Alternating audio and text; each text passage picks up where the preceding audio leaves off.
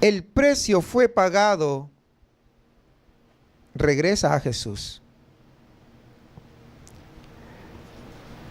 Marcos es diferente a los demás evangelios que también muestran el sacrificio de Jesucristo ahí en la cruz.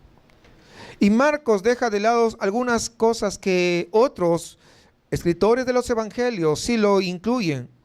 Por ejemplo, Marcos solamente incluye una frase pronunciada por Jesús de las 7 palabras, o mejor dicho, las 7 frases que Jesús pronunció cuando estaba en la cruz. Y a algunos les gusta mucho hablar de las 7 palabras, pero a veces se ha convertido en una palabrería las 7 palabras, y una vana repetición, y todos los años repiten exactamente lo mismo. Por lo tanto, vamos a desarrollar algo importante, que no nos centramos solamente en las 7 palabras, sino que el mensaje que está aquí, que Dios nos quiere comunicar a cada uno de nosotros. De hecho, la descripción en sí de las acciones y las palabras de Jesús que nos cuenta Marcos se limitan básicamente a 3 pasajes, solamente 3. Es todo lo que hay sobre la crucifixión. Y la primera de ellas la encontramos en el versículo 22 del capítulo 15, que vamos a examinar y vamos a escudriñar el día de hoy. Dice, y le llevaron a un lugar llamado Gólgota, que traducido es lugar de la calavera. Se dice que en Jerusalén, fuera de la puerta de Damasco, en la muralla norte de la ciudad, dice que se encuentra ahí un montículo, ¿verdad?, que tiene el aspecto de una calavera, y muchos creen que ese fue el lugar donde Cristo fue crucificado, y tiene un aspecto de la calavera, por eso en hebreo se le llamaba Gólgota. Gólgota quiere decir calavera, y esa es la razón. Entonces Marcos nos dice, y le dieron, versículo 23, y le dieron a beber vino mezclado con mirra, mas él no lo tomó. Mas él no lo tomó. Fíjense, ese es el débil esfuerzo realizado por un hombre para aliviar el sufrimiento de la cruz. Porque para eso utilizaban ellos esta mezcla de vino con mirra. Era como para adormecer. De tal manera que Jesús, ellos queriendo aliviar en algo el dolor y el sufrimiento de la cruz, como si el hombre pudiera hacer algo a favor de eso. Y aquí él lo dice, pero él no lo tomó. No lo tomó. Entonces Marcos nos dice un poquito más, con breves palabras, y luego ¿qué pasó? Le crucificaron. Los escritores de los evangelios, si nos damos cuenta, ellos muestran mucha reserva en lo que se refiere a describir la crucifixión de Cristo. Por ejemplo, ninguno de ellos describe cómo le clavan sus extremidades, sus manos y sus pies. No, ninguno, usted no ve una descripción concreta. O tampoco nadie muestra la agonía que debió mostrar Jesús en aquellos momentos. Simplemente lo expresan mediante palabras muy escuetas y le crucificaron. Y eso es todo lo que muchas veces se transmite. Marcos se salta prácticamente las 3 primeras horas que estuvo clavado ahí en la cruz. Hasta la hora 9, en la que Jesús grita en el versículo 33, si me acompañan, ahí en el mismo capítulo. Cuando vino la hora 6, hubo tinieblas sobre toda la tierra hasta la hora 9. Y a la hora 9 Jesús clamó a gran voz diciendo, Eloi, Eloi. Y algunos dicen, Elí, Elí, lama sabactani, que traducido es, Dios mío, ¿por qué me has desamparado? Y luego, el tercer pasaje que describe Marcos se encuentra en el versículo 37. Ahí sigamos. Mas Jesús, dando una gran voz, expiró. Entonces, Fíjese cómo encaja y cómo hace que Marcos lo describe de esta manera. Entonces, el velo del templo se rasgó en dos, de arriba abajo. El resto de la historia que cuenta Marcos se centra en las personas que se reunieron alrededor de esa cruz. La visión que nos ofrece Marcos no es de las personas que estaban ahí reunidas mirando a Jesús, sino más bien es la vista desde la cruz misma, contemplando a cada una de esas personas que se habían reunido, como desde la cruz estuvieran contemplando quienes estaban presentes en ese lugar.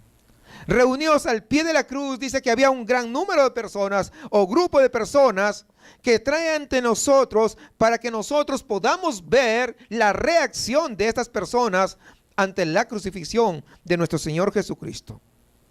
Está perfectamente claro, hermanos, que Marcos lo que pretende es presentar el contraste entre la obra inescrutable de Dios y la manera de hacer las cosas y pensar de los hombres. Lógicamente que sabemos que los pensamientos de Dios son más altos que los pensamientos del hombre. El pensamiento del hombre muchas veces quiere seguir a Dios a su manera, cuando eso es imposible. Quiere honrar a Dios a su manera, cuando eso no se puede hacer. Yo creo en Dios a mi manera. Si estás haciendo a tu manera, ya estás descalificado. Por eso que no nos muestra Marcos la óptica de los que estaban alrededor, sino nos muestra la óptica desde el punto de la cruz, mirando hacia todos los demás. Lo que nos está diciendo claramente es que este acontecimiento que se muestra en la cruz no termina en la cruz, es infinito. Porque si a Jesús le crucificasen, ¿sí?, el día de hoy, aquí en el Cerro del Obispado, por decir algo, aquí en Monterrey, las mismas personas estarían reunidas alrededor de la cruz. Las personas permanecieran siendo las mismas. Poco importa el tiempo, la época de la escena del Calvario, representada para nosotros siempre nos encontraríamos con esas mismas actitudes por parte de las personas. Y creo de alguna manera que este es el propósito que Marcos describe con todo cuidado a los que estaban reunidos alrededor de la cruz. Y fíjense esto, qué interesante, que la primera descripción de uno de estos pasajes es la que nos dio en el versículo 21, donde Marcos describe un incidente que sucedió cuando Jesús iba camino a la cruz. A los soldados romanos les han dado la orden de que lleven a Jesús y lo crucifiquen. Y eso lo vimos la semana anterior. De camino de donde estaba la sala de juicio de Pilatos, al pasar por la vía dolorosa, el camino del sufrimiento, pasando por las calles de Jerusalén, Jesús tropieza y se cae. Y eso lo sabemos. Y la segunda vez que tropieza, los soldados romanos, ¿qué hacen? Agarran a un extraño que estaba por ahí. Entre la multitud, recuerden que había una celebración. Entonces, como había mucha gente, agarraron a uno de ellos y le obligan a llevar a la cruz de Jesús. Es el primer personaje. Versículo 21. Y obligaron a uno que pasaba. Fíjense, él no quiso. Simplemente estaba de pasada. Y dice, y obligaron a uno que pasaba, Simón de Cirene, padre de Alejandro y de Rufo, que venía del campo, a que le llevase la cruz. Si tiene usted la más mínima imaginación, podrá usted fácilmente imaginarse los sentimientos que en estos momentos estaban atravesando por la mente, el corazón de Simón, al verse tan groseramente interrumpido porque él regresaba del campo y hey, tú, no esperaba que lo agarraran. ¿Y yo por qué? O sea, imaginémonos por un momento que todos sus planes le echaron a perder. Toda su agenda se vio destruida. Y dicen que este hombre era de la región de Cirene. Esto está al norte del África y había venido a Jerusalén para celebrar la fiesta de la Pascua. Venía de su alojamiento en las afueras de la ciudad y no tenía idea de lo que iba a suceder, aquel extraño acontecimiento. Pero al observar a Jesús dar un traspié bajo el peso de esa cruz, Simón, como de pronto la agarran así por sorpresa, ven para acá, y es obligado a llevar la cruz. Es evidente que debió sentirse enfadado por semejante interrupción, enojado y alterado. Sin duda su actitud debió de ser una que sí, yo voy, pero a la fuerza, y voy porque me estás ahí apuntando con esas lanzas, y ¿quién se va a oponer a ese grupo de soldados? Pues es decir, va a seguir a Jesús pero a la fuerza, va llevando la cruz pero forzada, obligadamente. Y Marcos nos indica que esa es una actitud muy común y que muestra a muchos actualmente con respecto a Dios y las cosas de Dios, y especialmente relacionadas con la cruz. Que muchos van porque alguien de alguna manera lo empujó, porque alguien de alguna manera lo obligó. Hay muchas personas en la actualidad que se sienten resentidas con Dios porque Dios cambió sus planes, por interrumpir en lo que ellos habían planeado llevar a cabo. Y déjenme decirles algo, yo mismo en alguna oportunidad me he sentido de esa manera, porque los planes que yo pensaba realizar simplemente se interrumpieron. Yo no sé si usted, pero siendo honesto, yo soy uno de los que así se sintió en algún momento de mi vida, como esta persona. Nos molesta demasiado y que tanto a veces nos exacerba cuando alguna circunstancia sobre la que no tenemos control de repente cambia todos nuestros planes, en especial si esa situación implica dolor e implica sufrimiento. Y esta fue la actitud de Simón de Cirene al llevar la cruz de Jesús. Existe en las Escrituras mucha evidencia en el sentido de que este suceso tuvo un gran efecto en la vida de Simón, definitivamente. De hecho, en el libro de los apóstoles, Hechos de los Apóstoles, hay una insinuación de que estaba ahí en el día de Pentecostés y que es muy posible que se hiciese cristiano como resultado de aquella repentina interrupción de sus planes en aquel momento que tuvo que cargar la cruz. Marcos nos indica claramente que Simón era el padre de Alejandro y de Rufo. Y cuando menciona Alejandro y Rufo, significa que eran bastante conocidos Alejandro y Rufo. O sea, para los creyentes gentiles eran bastante conocidos, por eso que Marcos estaba escribiendo a ellos. Entonces, para ellos era una referencia de quién había estado presente en ese lugar. Si usted lee lo que dice en la epístola de Pablo allá en los Romanos en el capítulo 16, usted va a ver que menciona a un tal Rufo, con el cual estaba íntimamente relacionado y cuya madre había sido muy amable con Pablo. Es evidente que se trata del mismo Rufo que ahora está mencionando, pero en este caso Marcos se limita a destacar la actitud de Simón, que tiene que participar involuntariamente en la crucifixión de Jesús. Reunidos al pie de la cruz estaban también los soldados que habían crucificado. Aquellos soldados que eran duros, carácter muy vertical, y que posiblemente tenían una vasta experiencia crucificando a la gente, porque ese era el castigo con que se castigaba a los malhechores.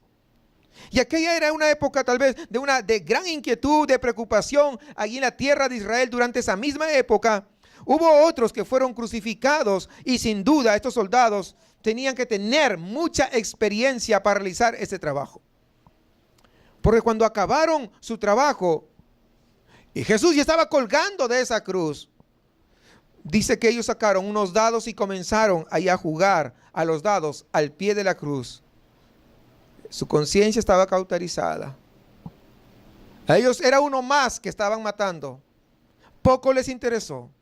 Y a nosotros nos resulta extraño que ningún hombre pudiera contemplar a Jesús muriéndose y que se porte de esa manera. Imagínese usted.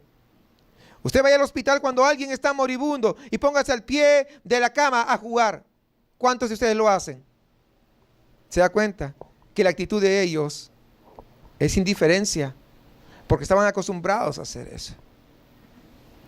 Pero se trata en este caso de hombres que estaban más interesados en ganarse un dinero de lo que estaban en la sangre de Jesús. Poco les interesaba.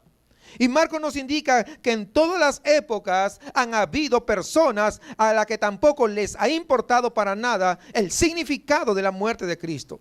Y a lo único que les interesa es ganarse rápidamente el dinero. Y eso lo vemos.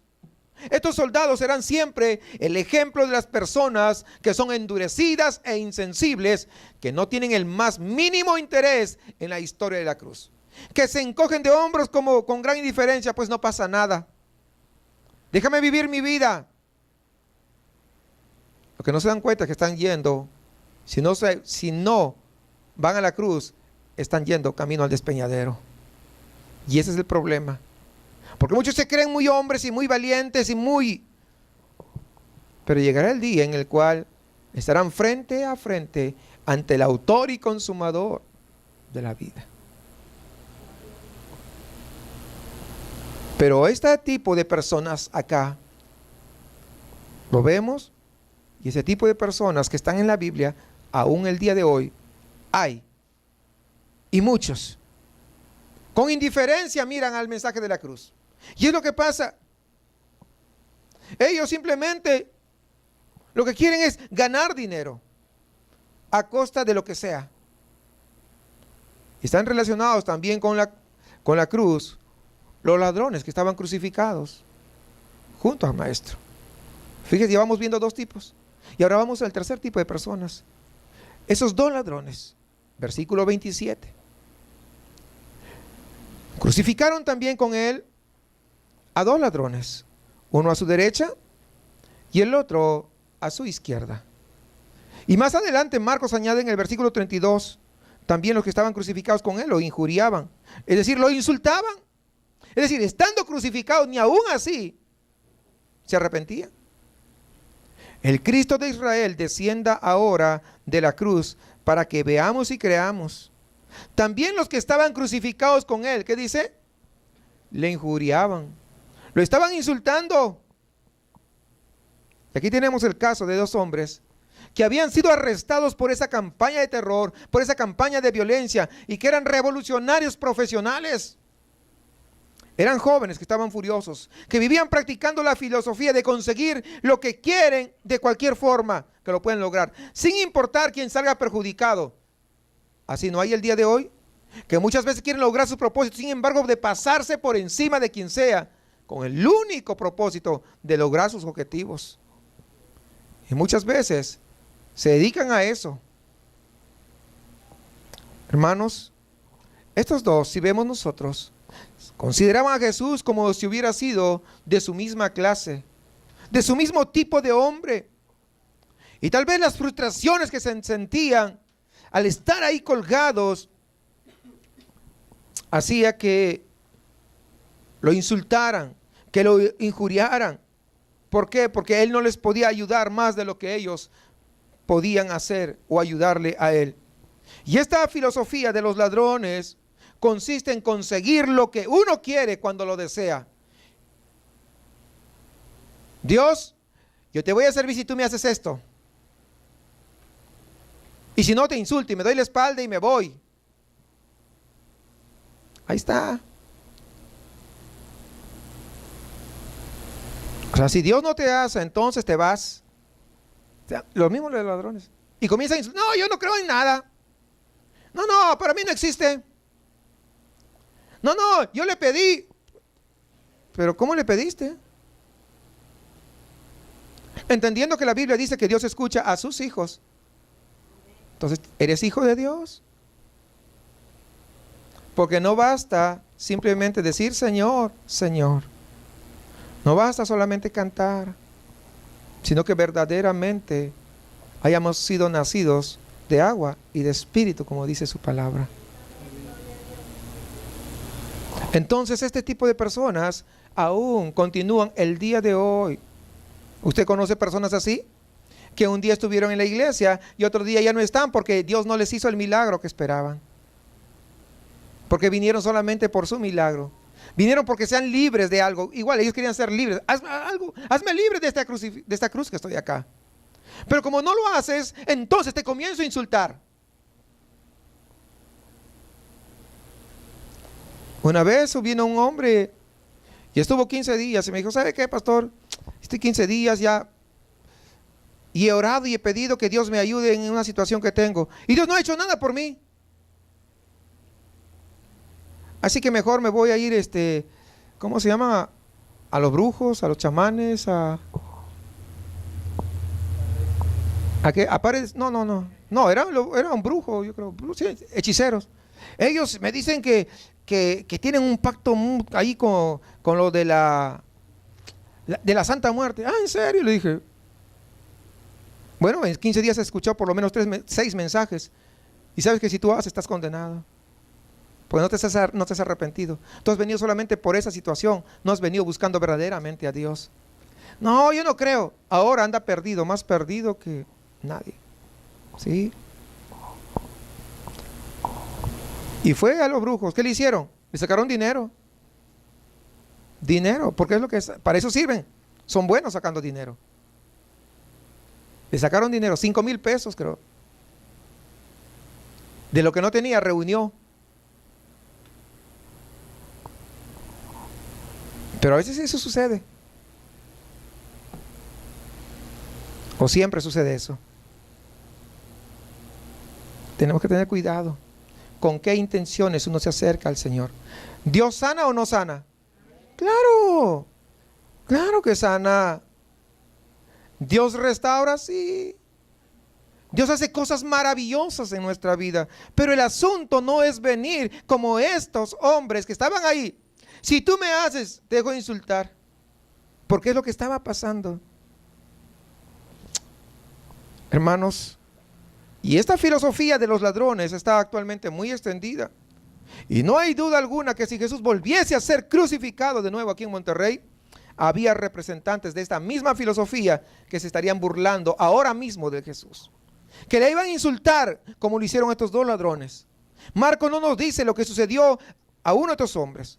Otros escritores de los evangelios nos informan de que uno de ellos, no los 2, sino uno de ellos estaba contemplando todo lo que sucedía y se arrepiente de esas injurias, de esos insultos, de ese abuso que ha cometido en contra de Jesús. Lucas en el capítulo 23, versículo 41 lo muestra de la siguiente manera. La expresión que dice este hombre dice, nosotros a la verdad justamente padecemos. O sea, nosotros merecemos lo que estamos padeciendo porque somos responsables. Él estaba reconociendo su condición. Estaba reconociendo que merecía ese castigo. Porque recibimos lo que merecíamos. Nuestros hechos. Mas refiriéndose a Jesús, ningún mal hizo. Fíjese, cuando hay un reconocimiento sincero y genuino. Hermanos, una de las cosas más hermosas acerca del relato de la crucifixión es que antes de que Jesús emitiese su último aliento, este hombre, viendo todo lo que estaba pasando, se dio cuenta de repente que en un instante su vida cambió. Hubo un momento de verdad y se percató de que verdaderamente Jesús era ese rey, ese que había entrado en su reino, que tenía gran poder, que tenía gran autoridad, que genuinamente ese era el Hijo de Dios. Significa que no importa la circunstancia, si tú estás con vida todavía tienes oportunidad para poder hacer este reconocimiento. ¿Quién es Jesús? ¿Quién es Jesús? Este hombre que había sido un ladrón, ojo, no le dijo, voy a dejar de ser ladrón para poder acercarme a ti, porque algunos a veces ponen esa excusa. No, me han dicho, pastor, si usted me conociera No, voy a reformarme un poco para poder acercarme a Dios. Yo pregunto, ¿qué tiempo hubo para que se reformara este ladrón? ¿Qué tiempo? Este hombre que había sido un ladrón, simplemente lo único que hizo es colocarse bajo la misericordia de Cristo Jesús y clamó a gran voz, cuyo eco se ha venido escuchando a lo largo de todos los siglos: Jesús, acuérdate de mí cuando vengas en tu reino. Y es lo que nosotros tenemos que entender, que solamente nos debemos cobijar a la misericordia de Dios. Que su misericordia es mucho más grande que nuestras maldades y nuestros pecados. Que su misericordia es mucho más grande que nuestras ofensas. Que su misericordia es más grande que nuestras fallas. Porque algunos le conocemos hace un tiempo, pero venimos fallando una, otra y otra vez. Pero si tú te acercas con sinceridad, cobijándote bajo la misericordia de Dios, esa misericordia te alcanza tu vida y tú puedes ser restaurado. Y eso es lo que quiero transmitirte. Versículo 42. Y dijo a Jesús: acuérdate de mí cuando vengas en tu reino. Mire, ahí está. Qué precioso, hermanos, cuando uno reconoce su condición. Estamos hablando de Lucas, perdón, lo que había mencionado hace un momento. Qué maravilloso es que uno entienda a quién se está acercando. Y qué maravilloso es reconocer nuestra incapacidad. Por eso dice: acuérdate, yo no me puedo acordar de ti, yo no puedo más, pero tú acuérdate de mí, Señor. Tu misericordia sea sobre mi vida. Es lo que está diciendo. Acuérdate. ¿Por qué? ¿Qué podía hacer? Él entendió que él no podía hacer nada. Así como usted ni yo podemos hacer nada si la misericordia de Dios no se mueve. Eso es lo que está haciendo. Ahora sí vamos a Marcos, regresemos a Marcos. En el versículo 29, Marcos dice que hubo otras personas. Hubo algunos viajeros que se detuvieron junto a la cruz mientras Jesús estaba colgado. Ahí está, 29, dice: y los que pasaban le injuriaban, meneando la cabeza y diciendo: va, tú que derribas el templo de Dios y en 3 días lo reedificas, sálvate a ti mismo y desciende de la cruz. No eran más que espectadores, pero al ver que Jesús ahí estaba en esa cruz, se acordaron que él había hecho aquellas grandes declaraciones y dijeron: oye, ahora sí que te cogieron de verdad. Ahora sí que pues has sido demasiado lejos con todo lo que decías. Está bien cuando tú enseñabas y la gente te seguía, eso estaba bien, pero cuando empezaste a hacer esas ridículas declaraciones diciendo que tú podías derrumbar el templo y reconstruirlo de nuevo, pues ya estás medio zafado, estás medio loco, has alterado. Estaba bien cuando tú predicabas a las multitudes y les dabas de comer pan, pero eso de meterte al templo y comenzar a echar a todos afuera del templo, pues como que te saltaste la barda. Si hubieran sido mexicanos, ¿es lo que hubieran dicho? No, o sea, con esta, no, te la barriste. Es demasiado. Fíjese lo siguiente: Marcos muestra la burla por medio de esa frase, meneando sus cabezas, diciendo: ¿sí lo ve? Ahí está. ¿Y encima qué? Encima lo insultaron. Hablaban de esa manera porque simplemente no conocían a Jesús. Ojo, eran unos que estaban viajando, transitando.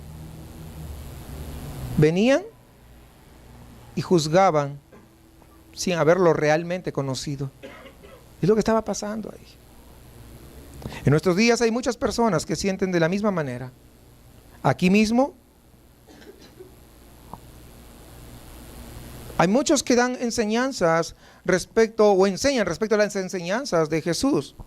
Y hacen propagandas acerca de sí mismo como personas que siguen a ese gran maestro, a ese gran dirigente moral. Y déjeme decirle que están extendiendo la idea de que las enseñanzas de Jesús tienen por finalidad bendecir al hombre.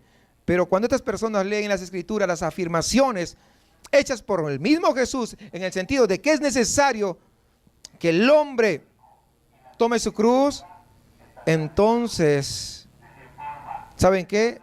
Ya no les gusta. Ya no quieren seguir.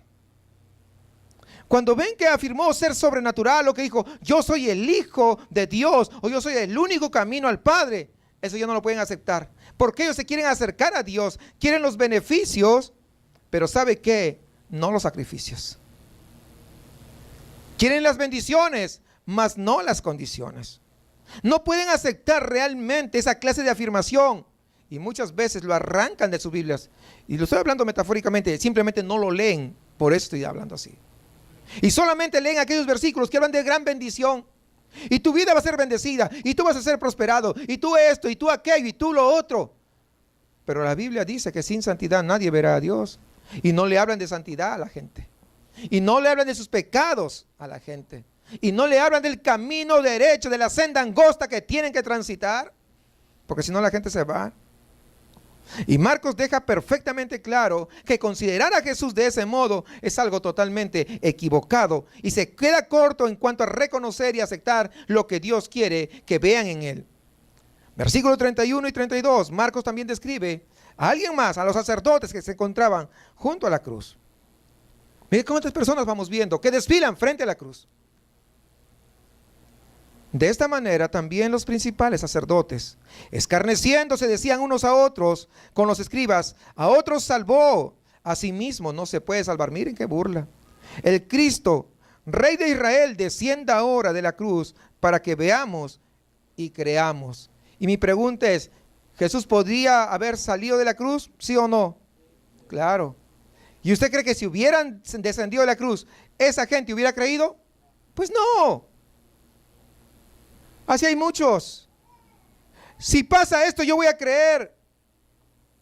Lo ve ahí un tiempo, después desaparecen. ¿Sí? Estos sumos sacerdotes ya se habían mostrado con anterioridad muy asustados con Jesús, ¿recuerdan?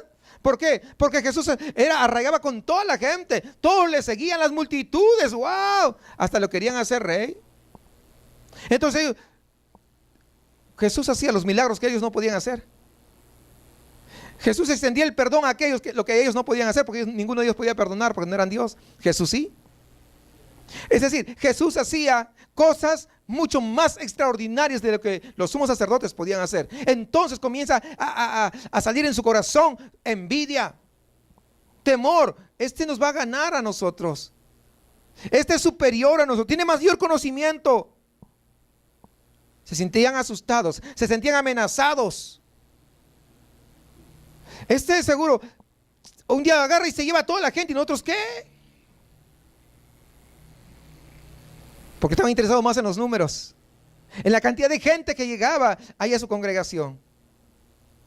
No le interesaba enseñarles correctamente. Pero ahora, como Jesús estaba en la cruz, ahora se mostraban arrogantes, desafiantes. Antes se habían sentido amenazados por Jesús, dándose cuenta de que Él podía dirigir a las multitudes, que podía bendecirles de una manera extraordinaria. Dígame, ¿Jesús podría haber multiplicado los panes todos los días, sí o no? Pues sí. ¿Ustedes se imaginan que hubiera multiplicado panes y peces todos los días? No, pues ¿cuánta gente le hubiera seguido? Más todavía. Si hubieran quedado sin gente las sinagogas, porque todos hubieran estado siguiendo a Jesús. Entonces ellos se vieron amenazados. Jesús, los bendice. Nosotros nunca hemos dado nada, al contrario, les andamos quitando. ¿Se parece? Cualquier parecido no es mera coincidencia. A ciertos lugares, ciertos pastores, donde lo único que les preocupa es trasquilar a las pobres ovejas. Y eso es todo. Pero lo mismo pasaba aquí. De manera que los propios sacerdotes eran incapaces de hacer lo que Jesús hacía, por lo cual habían desarrollado celos en su corazón. Estaban furiosos con él. Por eso que consiguieron que fuese muerto. Por eso que lo acusaron. Por eso que motivaron a la gente y los levantaron para que digan: crucifícale, crucifícale, crucifícale. Entonces había llegado el momento, hermanos, que aquellos hombres, entre comillas, según ellos, estaban venciendo. Para que aprendas, Jesús, a no meterte con nosotros. Ahora tú estás en la cruz, nosotros estamos acá. Y si hubieran sabido los dichos, el que ríe último ríe mejor, hubieran dicho. Pero no se daban cuenta de que frente a quién estaban. Porque ¿quién rió al último finalmente? Pues Cristo, cuando Él resucitó. ¿O no? Pero se estaban burlando. Y tal vez estaban satisfechos. Porque ahora Jesús estaba crucificado. Ahora ya no iba a poder atentar contra ellos. contra sus bolsillos. ¿Recuerdan? Porque ya lo hemos visto. No iba a atentar contra sus finanzas de ellos. No iba a atentar en llevarse a toda la gente. Y ahora arremeten contra él. Dice, desciende ahora de la cruz. Sálvate a ti mismo como salvaste a otros. Pero a ti mismo no te puedes salvar. Si tan solo desciendes de la cruz, veremos y creeremos. ¿Sabe qué? Una cosa, Dios no se deja mover por el hombre. Es el hombre que se tiene que mover al compás de Dios. Pero muchas veces el hombre quiere mover a Dios a su gana, a su criterio y a su parecer. Voy a contar a la de 3 y todos van a ser sanos. O sea, tú mueves a Dios. 1, 2, 3. ¡Jua! Todo el mundo por el suelo, pero sanos, quién sabe.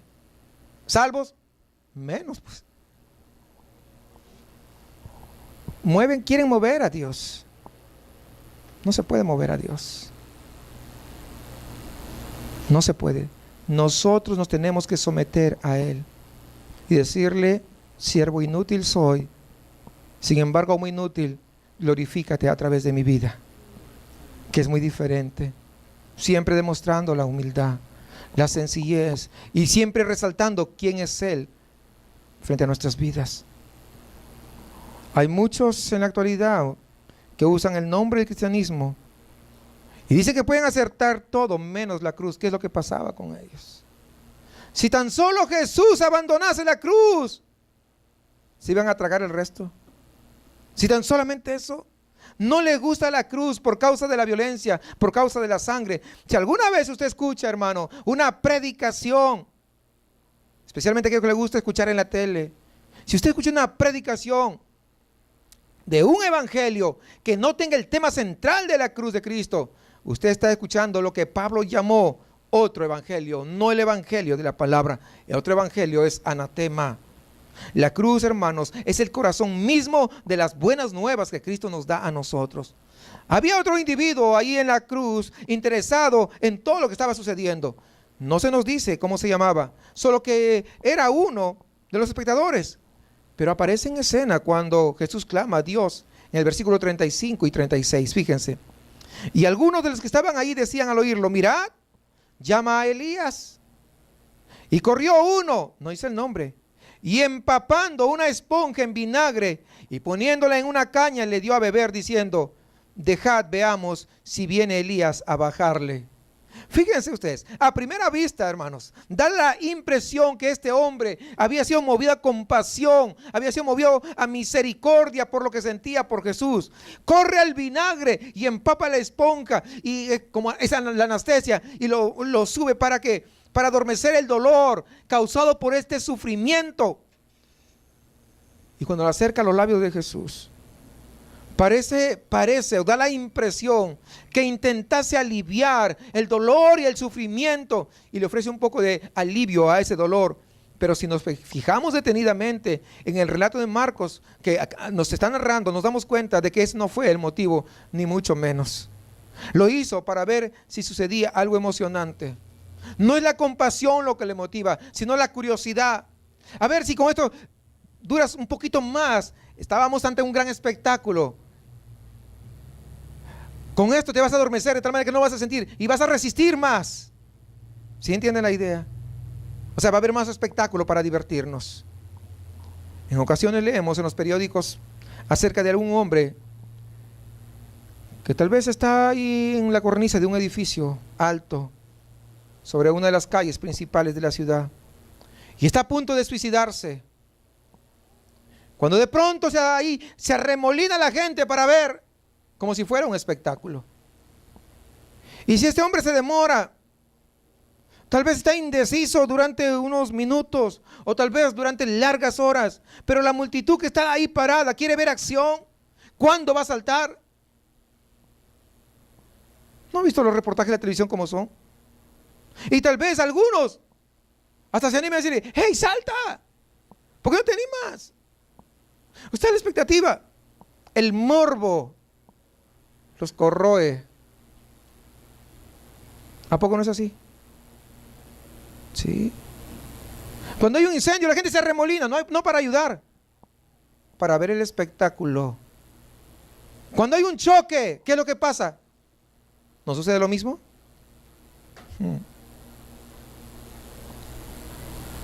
Ahí estamos.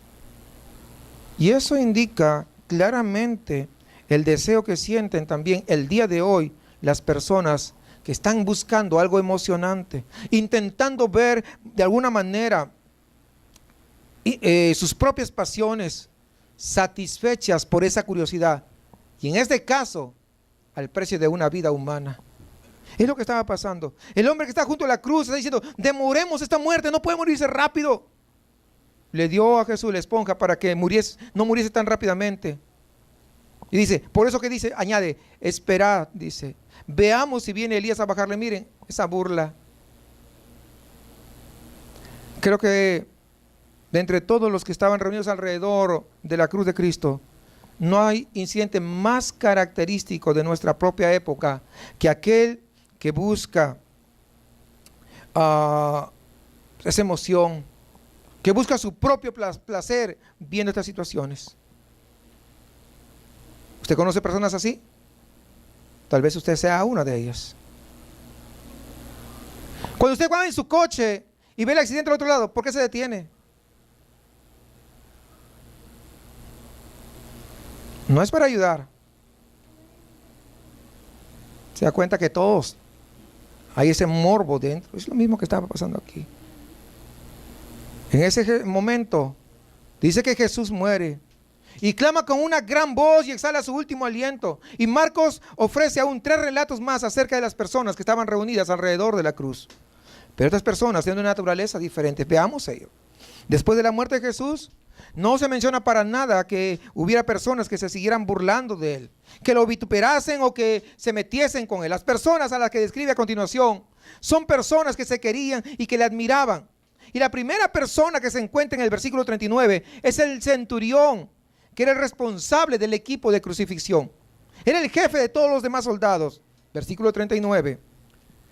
Y el centurión que estaba frente a él, viendo que después de clamar había expirado así, dijo: verdaderamente, fíjense, verdaderamente este hombre era hijo de Dios.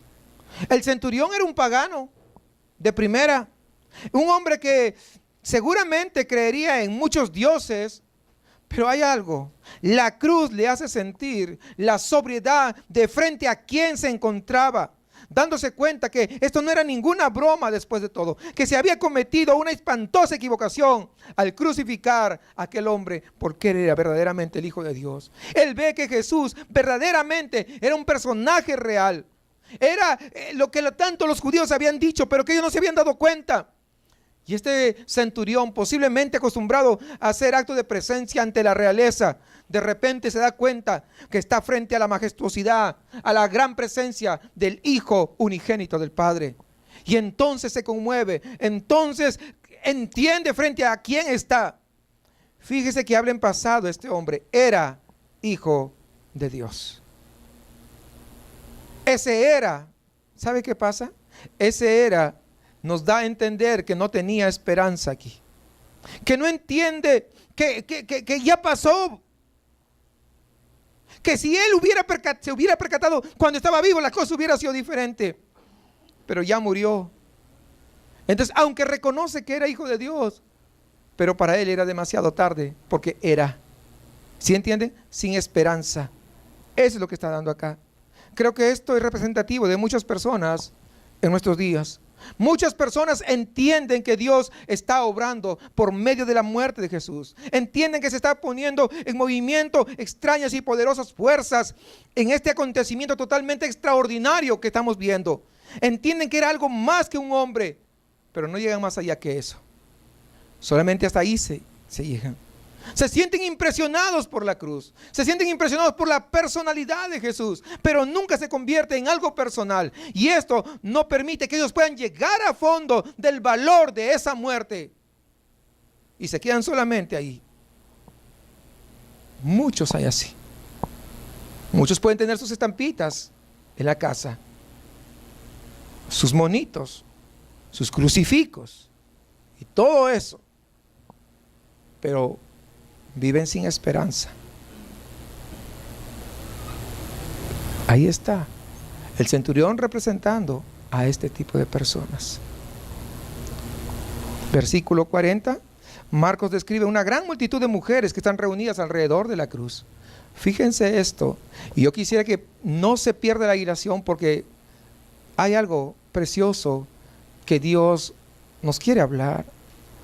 También había algunas mujeres mirando de lejos, entre las cuales estaban María Magdalena, María, la madre de Jacobo, el menor, y de José y Salomé, quienes cuando él estaba en Galilea le seguían y le servían, y otras muchas que habían subido con él a Jerusalén. ¿No resulta extraño que se reuniese una multitud de mujeres alrededor de la cruz? ¿Dónde estaban los hombres?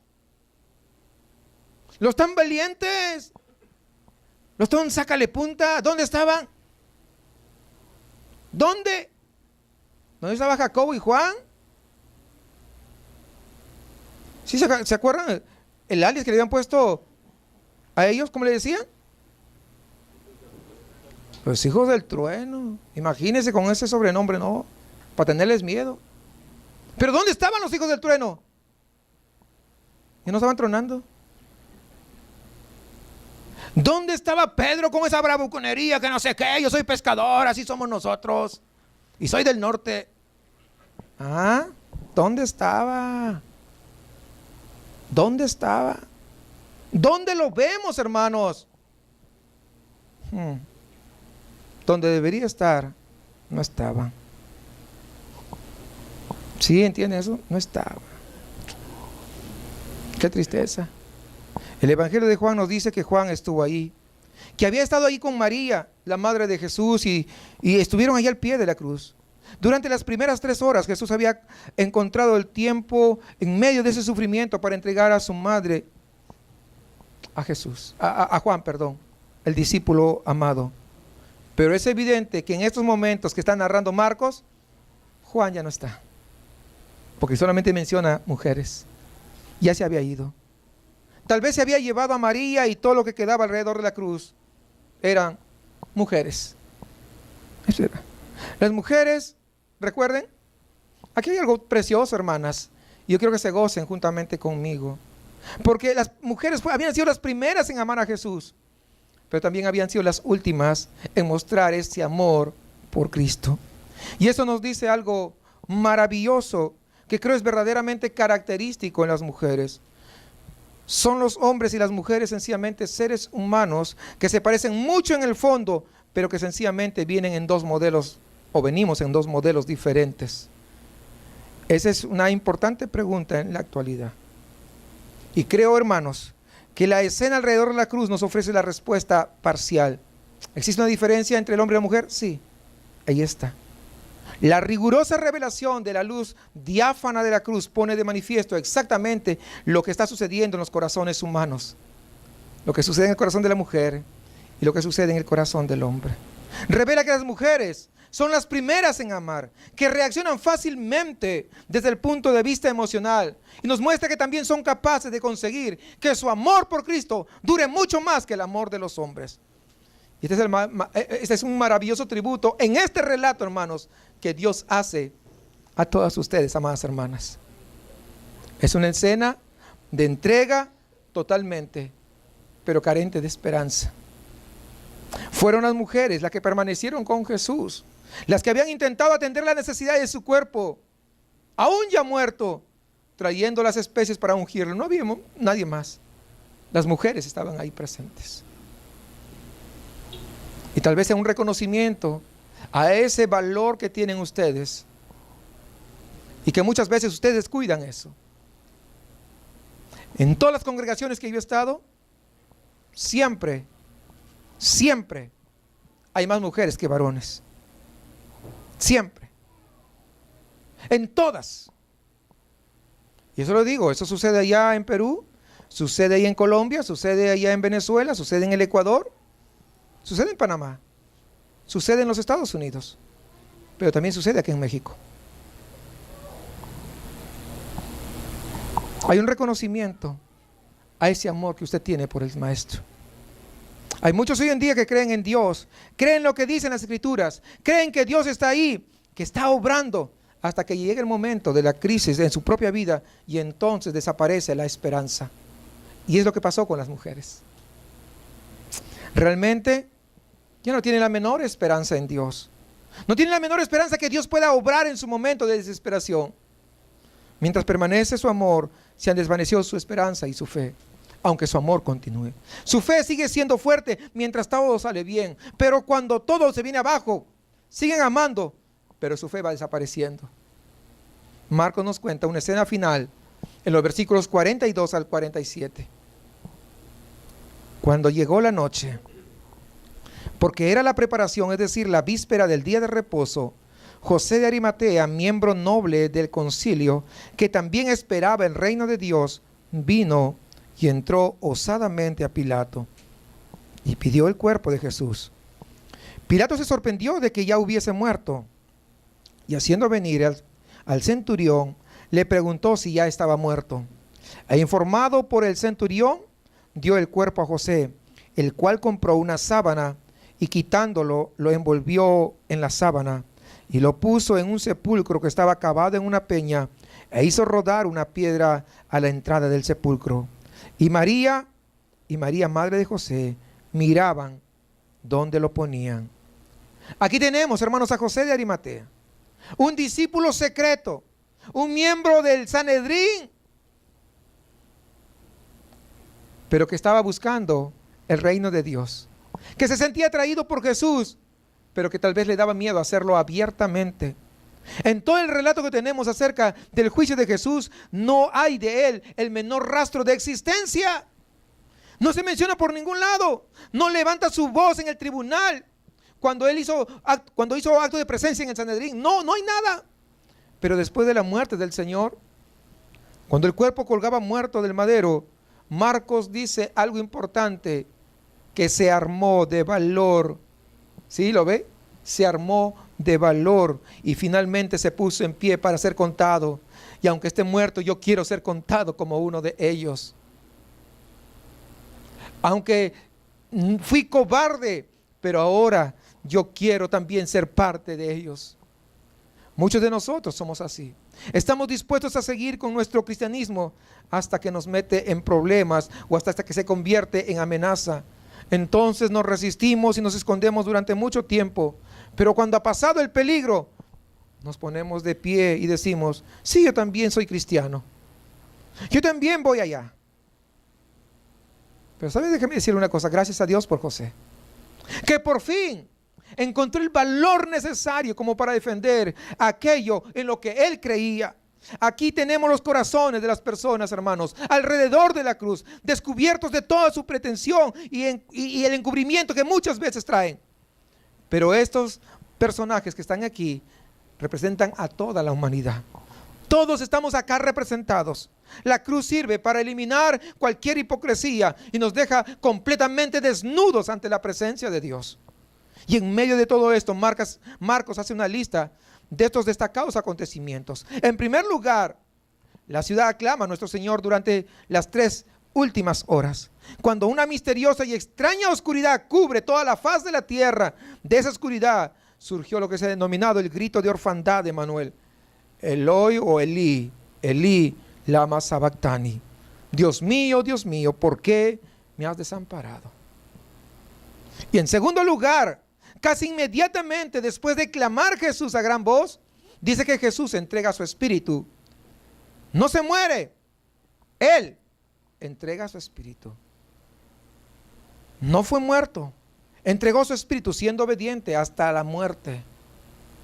Finalmente, a 1 kilómetro de distancia, cuando esto ocurría, ahí en el Gólgota, a 1 kilómetro de distancia, pasaba algo.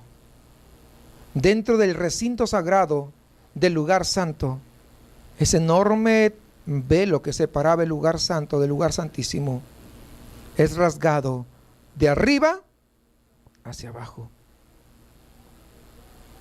En aquel lugar que solamente estaba permitido entrar una sola vez al año al sumo sacerdote, se viene abajo ese velo, se rasga por completo. Una mano invisible lo ha partido, una mano invisible lo ha abierto y lo ha dejado de par en par, dejando al descubierto el lugar santísimo a la vista de todos los sacerdotes. Tal vez uno de los sacerdotes le contó a Marcos lo que pasó con el velo. Pero en lo que se refiere a una escena dramática en la historia, no hay otra igual. Ese grito, hermanos, que retumbó en la oscuridad de la cruz, el que Jesús estaba entregando su espíritu y el que se rasgase el velo del templo, es algo tremendo. Son cosas que Marcos menciona en un orden. ¿Por qué lo hace así? A fin de que podamos entender el significado de aquellos sucesos.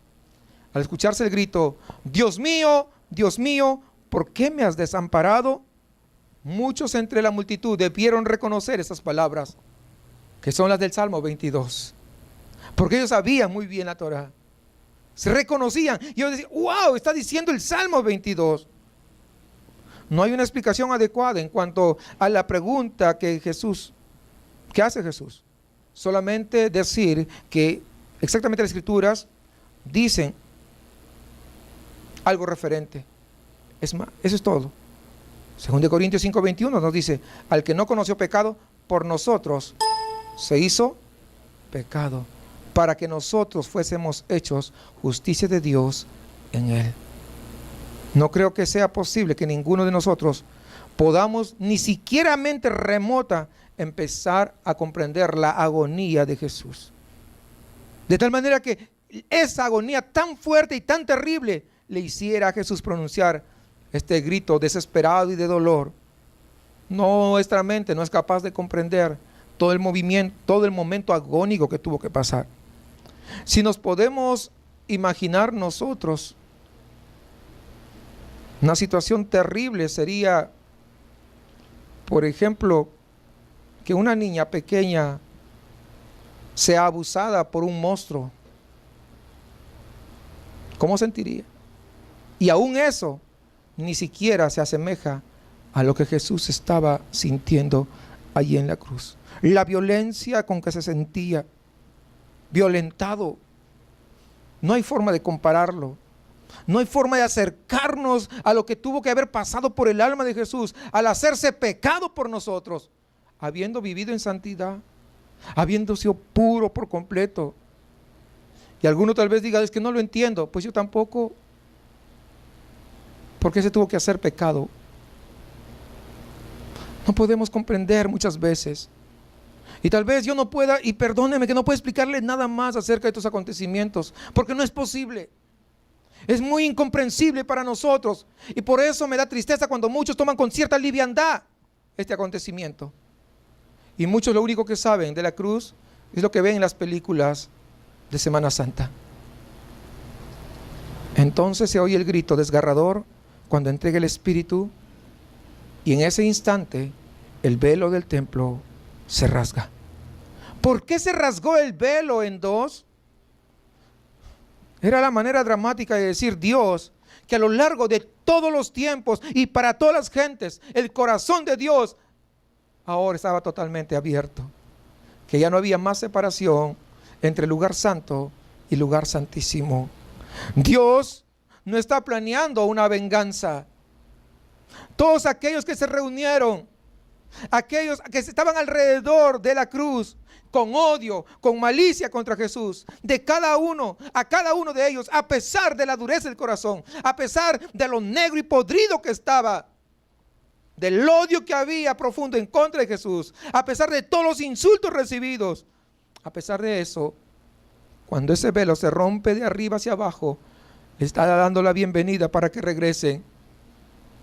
Le está diciendo, vengan, no tengo resentimientos contra ustedes. Es lo que significa el velo rasgado. El precio ha sido pagado a favor de las personas llenas de odio, llenas de crueldad, de ignorancia, de egoísmo, de orgullo. El precio fue pagado de los que solamente buscan verdaderamente a Él. No de los que buscan una emoción.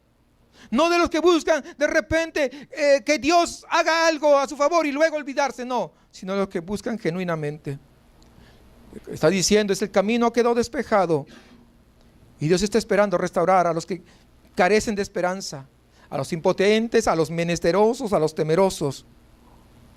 Existe un mensaje de este gran evangelista, D.L. Moody, donde muestra una descripción imaginativa de este evangelista. Y quisiera leerles esta descripción que él hace de este acontecimiento, sobre lo que sucedió después de que Jesús se levantase de los muertos. Y quisiera que tengamos eso en mente. ¿Qué es lo que pasó? ¿Qué es lo que acaba de pasar? Fíjense, Moody dice que reunió a sus discípulos en Jerusalén. Recuerden que es imaginativo de parte de Moody. Ya pasó, ya se levantó de los muertos, ya resucitó Jesús.